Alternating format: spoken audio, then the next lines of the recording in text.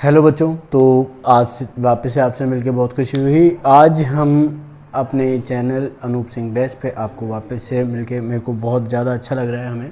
और साथ ही साथ में आज हम डिस्कस करने वाले हैं about trigonometric ratios.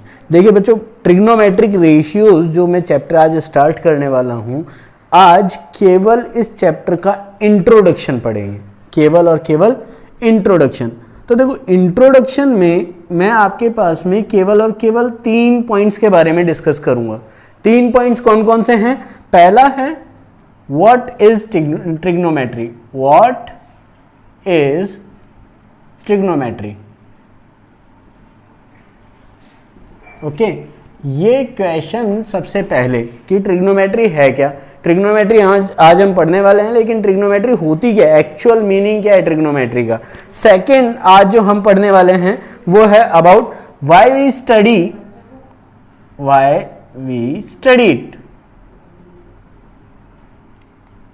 In class 10th। Specially 10th के स्टूडेंट्स को यही हमारे पास सबसे ज़्यादा क्वेश्चन रहता है, व्हाई वी स्टडी इट। इसकी क्या ज़रूरत है, क्यों पढ़ते हैं हम इसे इतना ज़्यादा। ये साइन थीटा कॉस थीटा ये हमारे पास आगे जाके क्या काम आने वाला है, उसका भी आंसर आज मिलेगा। और साथ ही साथ में हम इसमें ये भी पढ़ेंगे कि व्हाई, और third point is why we use it and how we use it.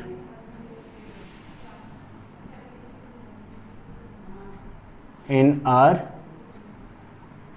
daily life।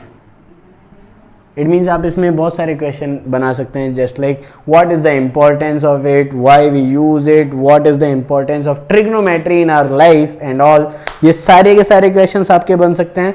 So hello everyone, myself Anoop Singh best आपके लिए यहाँ पर अभी स्टार्ट करने वाला हूँ इन सभी क्वेश्चंस के लिए। तो आज हम स्टार्ट करेंगे अबाउट ट्रिग्नोमेट्री। तो ट्रिग्नोमेट्री में आज हम पढ़ेंगे कि ये इसकी इंपॉर्टेंस क्या है, ट्रिग्नोमेट्री होती क्या है, और 10th क्लास में इसको क्यों पढ़ाया जाता है, 11th 12th में ही ये केवल साइंस डिपार्टमेंट के लिए क्यों नहीं रह जाती, हमारे पास ही क्यों आती है। तो आज हम इन सभी के बारे में बहुत अच्छे से पढ़ेंगे। तो आज का हमारा टॉपिक स्टार्ट करते हैं, व्हाट इज ट्रिग्नोमेट्री। तो चलिए आज हम बात करते हैं सबसे पहले क्वेश्चन के बारे में, व्हाट इज ट्रिग्नोमेट्री। अच्छा, पहले मैं इसकी हिस्ट्री बताने से पहले सबसे पहले ये स्टार्ट करूंगा कि आपने 9th क्लास पढ़ी है। 9th क्लास में आपने एक चीज पढ़ी होगी, that first Pythagoras theorem. Okay, तो पाइथागोरस थ्योरम में आपने क्या पढ़ा, क्या होता है पाइथागोरस थ्योरम। ये पहले यूज की जाती थी, जिसमें हम बताते थे hypotenuse square equals to perpendicular square plus base square, और अभी भी बताते हैं, राइट। लाइक हम अभी भी इसका यूज कई जगह करते हैं। तो hypotenuse square equals to perpendicular square plus base square, और हिंदी में हम बोलते हैं कर्ण स्क्वायर बराबर लंब स्क्वायर प्लस आधार स्क्वायर। ये हम क्यों यूज करते हैं, क्या इसका यूज है हमारे लिए हमारी लाइफ में, तो उसका क्वेश्चन का जवाब आज मैं देता हूं। सपोज आपको यहां पर इस एप्लीकेशन का यूज करना है, तो इसकी कंडीशन क्या है। इसकी कंडीशन केवल और केवल एक है कि you have to know 2 sides of triangle. Okay, आपको 2 साइड्स पता होनी चाहिए, तब जाके आप इस थ्योरम का यूज कर पाएंगे। मान लीजिए आपको ये 2 कंडीशंस पता ही नहीं है, क्या होगा। Yes, correct. तो अगर आपको ये 2 साइड्स पता नहीं है तो आप थर्ड साइड को कैलकुलेट नहीं कर पाओगे, प्रॉब्लम आएगी, ठीक है, प्रॉब्लम क्रिएट होगी। इस प्रॉब्लम को जस्ट रिमूव करने के लिए हमने क्या किया, if we have only 1 side, then how can we measure it.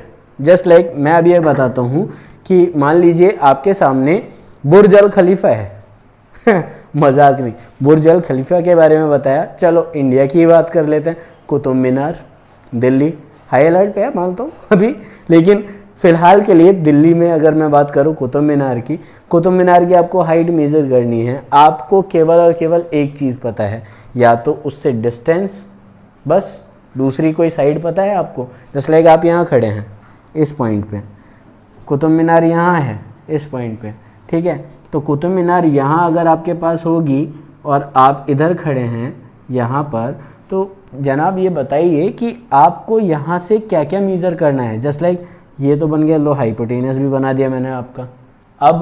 अब या तो आप यहाँ ये साइड पता होनी चाहिए, एक तो हाइपोटेनियस, ठीक है, बेस पता होना चाहिए, तब जाके आप कुतुब मीनार की हाइट कैलकुलेट कर सकते हैं, राइट।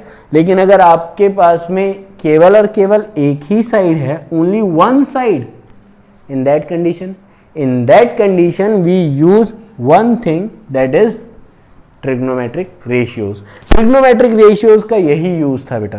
तो यहां पर हमारे पास में ट्रिग्नोमेट्री कब यूज हुई?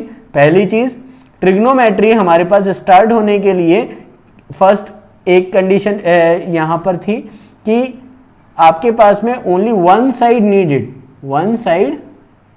Needed, okay. सेकेंड कंडीशन इसकी क्या है? सेकेंड कंडीशन है इसमें कि आपको एंगल पता होना चाहिए। क्या पता होना चाहिए? एंगल। अब एंगल और वन साइड ये दोनों पता होंगे तो उसके बाद में आप आराम से कैलकुलेट कर सकते हैं डिफरेंट वैल्यूज को, चाहे आप इसकी हाइट के बारे में मेजर करना चाहे आप इसकी हाइपोटेनियस के बारे में मेजर करना चाहें, ये दोनों आप कैलकुलेट कर सकते हैं बड़े ही आसानी से, ठीक है। तो आपको ये चीजें पता होनी चाहिए। अब एंगल जो है, एंगल कौन सा होगा? एंगल यहां पर दो हैं, ये है नीचे, एक टॉप से भी बनता है, ठीक है। इसको हम बोलते हैं एंगल ऑफ एलिवेशन, ठीक है। ऊपर से आता है एंगल ऑफ डिप्रेशन, तो ये बन गया एंगल ऑफ डिप्रेशन, इसको हम बोलते हैं एंगल ऑफ एलिवेशन। तो ये हुआ आज के टॉपिक के बारे में। अभी आगे और देखते हैं एक बार। तो एप्लीकेशन के बारे में अगर हम बात करें तो यहां पर तो हमें पता चला कि क्या कंडीशंस है ट्रिग्नोमेट्री को यूज करने की और व्हाई वी यूज इट, ठीक है। अब इसके बाद में हम ये बात डिस्कस करेंगे कि इसके लिए हम क्या क्या हमारे को मतलब रिक्वायरमेंट क्या है और हम कैसे अभी इसको 10th क्लास में स्टडी करेंगे, राइट। तो हमारे पास में जो इसकी एप्लीकेशंस हैं, एप्लीकेशंस के बारे में भी मैंने अभी बता दिया है और साथ ही साथ में इसके बारे में ये भी बता दिया है कि ट्रिग्नोमेट्री में होता क्या है। हमारे को एक साइड चाहिए होती है और एक एंगल चाहिए होता है। Angle of depression, angle of elevation मैंने ये बता दिया। राइट एंगल ट्रायंगल में हम इसे यूज़ करेंगे। राइट एंगल ट्रायंगल में जो नीचे बनेगा ये होगा एंगल ऑफ एलिवेशन, ऊपर बनेगा इसको हम बोलेंगे angle of depression, angle of depression, ठीक है। इनको जस्ट एंगल्स जो हमारे पास हैं मोस्टली हम इसको केवल और केवल एक सिंबल से डिनोट करेंगे, दैट इज थीटा। इससे डिनोट करते हैं मोस्टली। अल्फा बीटा गामा भी आप ले सकते हैं, अल्फा ले लो, बीटा ले लो, गामा ले लो, it's a normal variable. Variable से आप इसको कंसीडर कर सकते हैं। कई बार आपके पास में जो पॉइंट होता है उसके नेम से ही आ जाता है, just like find the angle A, tan of angle A, ठीक है, sine of angle A, cos of angle A. तो आपको उस वक्त वहां पर यही कंसीडर करना है कि एंगल कौन सा है, राइट। यहां तक समझ में आया। अब हम इसके आगे देखते हैं कि इस चैप्टर में हम क्या स्टडी करने वाले हैं। आज के इंट्रोडक्शन में केवल ये टॉपिक के बारे में ही बताऊंगा मैं। तो अभी आज हम स्टडी करने वाले हैं about the angles, like 0 degree, 30 degree, 45 degree, 60 degree and 90 degree. In angles के बारे में स्टडी करेंगे। चलो ठीक है, इन एंगल्स के बारे में आपको निकालना है sine, cos, tan, cot, sec and cosec, okay. तो इन सब के बारे में बताने से पहले मैं आपको एक ट्रिक बता देता हूं। भाई इतना पढ़ रहे हैं तो ट्रिक भी पता होनी चाहिए ना, राइट। तो ट्रिक ऐसी है कि जो एंगल्स हैं, एंगल्स आपके पास है 0 degree, 30 degree, 45 degree, 60 degree and 90 degree. इनके लिए आपको केवल और केवल एक चीज पता होनी है, क्या? काउंटिंग। 0 1 2 3 4। क्या करना है? सबसे लार्जेस्ट नंबर कौन सा है? 4। इसका डिवाइड दे दो सब में, 4 4 4 4 4, ओके। और square root, correct, square root यहां पर सभी में लगा दीजिए। अब इसको सॉल्व करो, देखो 0/4 0 हो जाएगा। 0 का रूट 0। 1/4 कैंसिल नहीं होगा एक दूसरे से, तो 1 का रूट 1, 4 का रूट 2, ओके। 2/4 आपस में कैंसिल होगा 1 और 2 टाइम, 1 का रूट 1 और 2 का रूट 2। 3 और 4 कैंसिल नहीं होगा, तो ये हो जाएगा √3/2, करेक्ट। ये आपस में कैंसिल हो गया 1 टाइम, बचा कितना 1। तो ये आ गई आपके पास साइन की वैल्यूज, ठीक है। अब साइन की वैल्यूज आने के बाद अब आगे हम क्या करेंगे, कॉस, टेन, कॉट, सेक, कोसेक, इन सब की वैल्यूज भी कैलकुलेट करनी है। तो कॉस की वैल्यू क्या होती है, कॉस का मीनिंग एक ही होता है कि कॉम्प्लीमेंट ऑफ साइन। मतलब कॉस को हम कैसे बोल सकते हैं, कॉम्प्लीमेंट ऑफ साइन। मतलब आपके पास जो एंगल्स हैं, एंगल्स जो भी होंगे इन दोनों के, ठीक है, वो अगर कॉम्प्लीमेंट है तो उनकी वैल्यूज इक्वल होगी। यानी कि अगर मैं cos 0 बोल रहा हूं तो साइन का ऐसा एंगल जो 0 से ऐड होने पर 90 डिग्री बनाता हो, कॉम्प्लीमेंट एंगल होगा।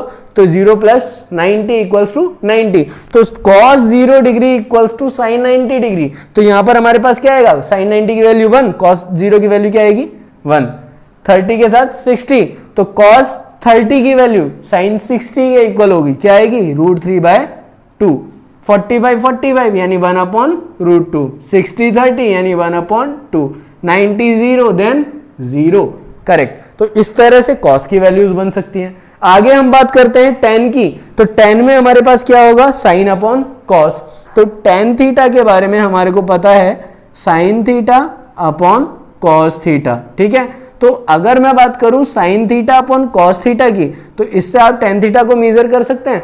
तो sin θ/cos थीटा का यहां यूज करेंगे, तो क्या होगा 0/1 0, 1/2/√3/2 क्या होगा 1/√3, ये 1 हो जाएगा यहां पर √3 और यहां पर इनफाइनाइट। इसके आगे देखते हैं कॉट के बारे में, देखते हैं कॉट में हमारे पास क्या होगा, tan का कॉम्प्लीमेंट हो गया।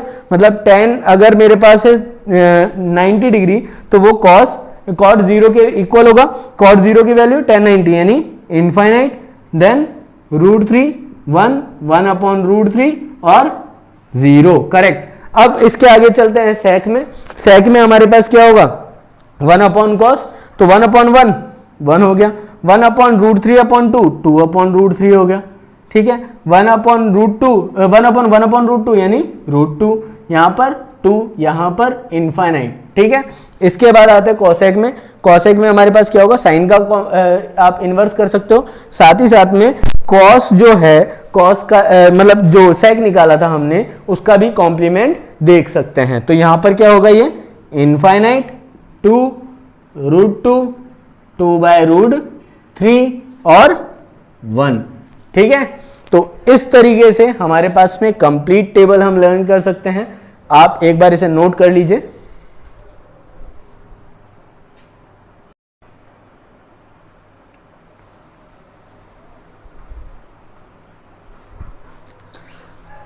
ठीक है बच्चों, तो आज के लिए इतना ही। आज हम केवल और केवल एंगल के बारे में पढ़ रहे हैं, कल इसके एप्लीकेशंस के बारे में देखेंगे। तो stay tune on your own channel, आपके मेंटोर के साथ अनूप सिंह बैच, जो कि मैं हूं, और आपको इसी तरह से कंटिन्यूसली स्टडी करनी है, कंटिन्यूसली। लॉकडाउन में अपने घर पे रहिएगा, stay safe, stay at home, okay. Thank you, thanks a lot.